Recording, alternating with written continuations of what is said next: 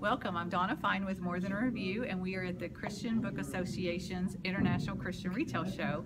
And I am here with Marilyn, and we share a love of lighthouses. And she's going to talk a little bit about the fiction books that she's written that kind of tie around the lighthouses. So Marilyn, tell us a little bit about yourself and the books. Hi, thank you for having me. I have a love of lighthouses, and when I started writing, I started writing a lighthouse blog, and the first lighthouse I ever saw in person was the Pensacola Lighthouse, and so I kind of got bit by the lighthouse bug.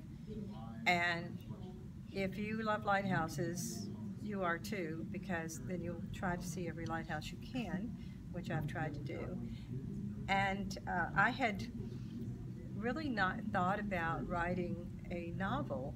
When I first started, I was going to write devotions and I was going to write articles, but I kept hearing about books when I'd go to writing conferences, and the seeds for a story started when I was at the Pensacola Lighthouse.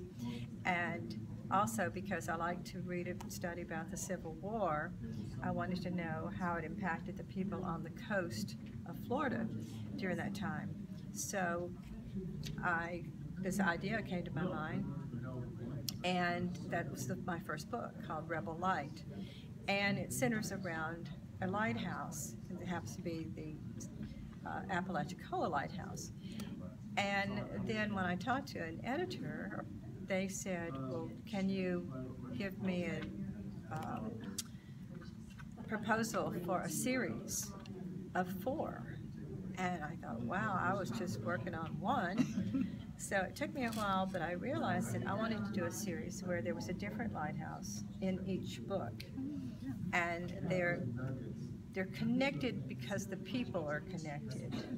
It's not an ongoing story, but each one standalone. So it's 4 different lighthouses that are in Florida, and Rebel Light's the first one, and the next one is Revealing Light, and that has not come out yet, and hopefully it will be this year.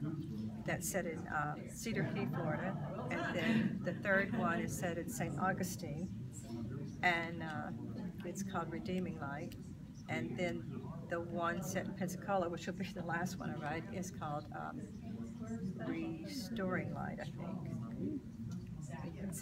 They're all about light.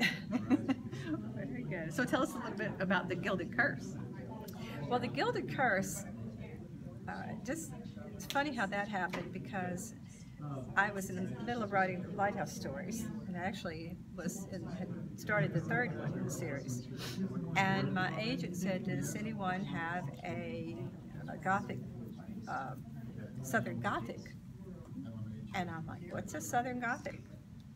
And so I started to try to brainstorm that, and of course, I'll try anything. So I've done devotions and articles and short stories, and so I thought, well, I'm going to try to write one.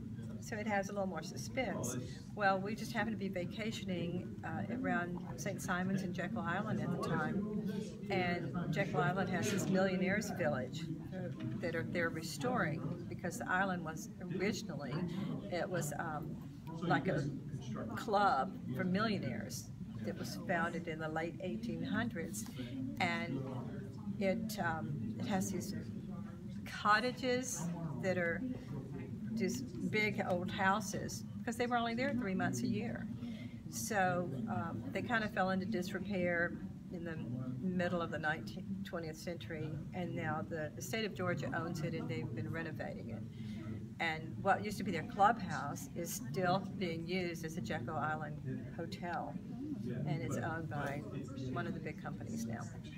So that was just fascinating, and I thought, in old Gothic, you got to have an old house. So I decided I would set Jekyll, the Gilded Curse, there, and gilded because it was started with the Gilded Age, that whole club, and. But, by 1942, a lot of those original members had died off or moved on, or whatever. Their kids didn't want to keep them. And it just so happened that our country got into a war in 1942. So I have my character has come back to Jekyll Island after not having been there for 10 years when she was a child to see about her family's cottage that's been deserted for the last 10 years. And so there are threats to her both on the island and the Nazi U-boats that are off the island. And then she has her own phobias that came from her mother, who thought the island was cursed. So that's where I set the Gilded Curse. So it was kind of an aside from the lighthouses, but there's a lighthouse in it because I'm going to make sure there's always a lighthouse in my books somehow. So I'll have a hard time writing in the Midwest. So how much of the story was true? The historical data, I did use a real person's name in it that was one of the managers, I guess, of the property at that time. Actually, and I used a couple of sisters that were one of the last people to leave the island. They did not want to leave. And I don't believe in haunting, but they say that house still has one of the sister's spirits there because she didn't want to leave. And they've had the hardest time restoring that house. So maybe that's their reasoning. That's their excuse. Well, tell us a little bit about how much, for Rebel Light, how much of that story was true? Well, what happened on the coast is true. Okay. And with the Union blockade. And Apalachicola, if you visit it now, it's a little town, a very small town. There's not a whole lot happening. It's kind of, there are fishermen, they're there. But when the Civil War started, it was the third largest cotton port on the Gulf Coast. So it was a thriving community. It had like embassies or consulates from various countries who came over to buy cotton there in Apalachicola. But Civil War changed all that, and the blockade changed all that. So a lot of, I try to stay as close to history as possible. Yeah, that's an interesting. Sometimes for fiction readers, that's the only history we get. So. Yeah. Well, yeah, let's make the story fun. It's not a research book, and whenever I tell my husband I'm looking for a certain thing to happen, like in that story I needed a hurricane in July of 1861, he said, make it up. And I said, yeah, but I'd rather make it true.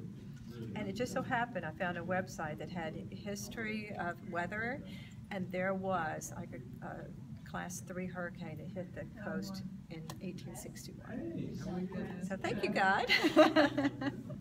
They didn't know they were planning that for your book. That's exactly right. That's right. Oh, well, Marilyn, thank you so much. We are so excited, and I thank you for the book that you gave me. That's awesome. We'll be reviewing it on the website. You'll be able to see it on morethanareview.com. Thank you very much. Thank you.